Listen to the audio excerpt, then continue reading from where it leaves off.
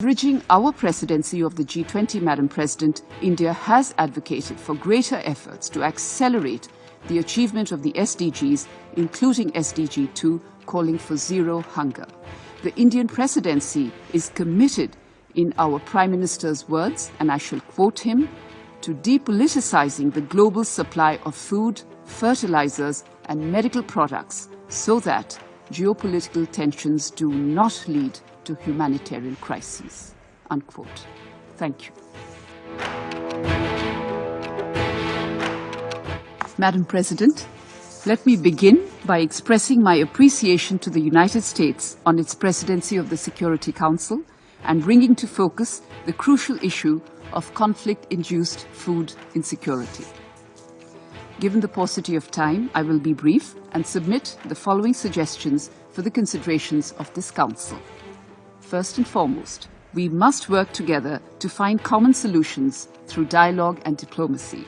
Choosing peace, cooperation and multilateralism is essential for building our collective future. Strengthening the international architecture and governance systems to protect the global order, global laws and global values must therefore be a shared responsibility. 2. Addressing the growing food grain shortages requires us to go beyond current constraints. As far as India is concerned, we are fully committed to playing our part in addressing contemporary global challenges as reflected in our membership of the Champions Group of the Global Crisis Response Group. Number 3, India supports the efforts of the UN Secretary General in continuing the Black Sea Grain Initiative and hopes for an early resolution to the present impasse.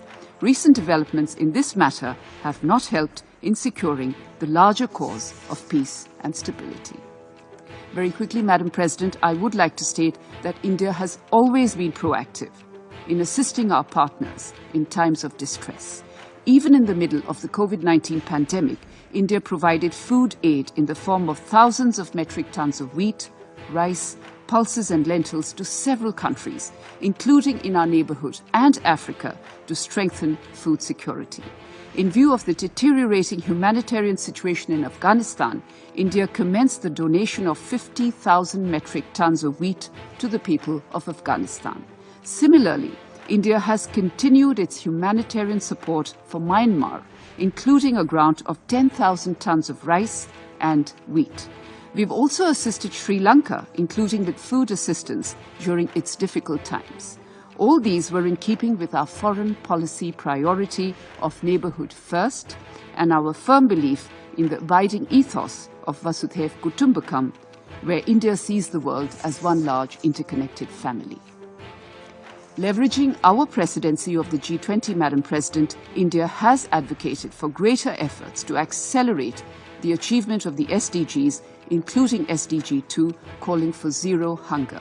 The Indian presidency is committed, in our Prime Minister's words, and I shall quote him, to depoliticizing the global supply of food, fertilizers and medical products so that geopolitical tensions do not lead to humanitarian crises.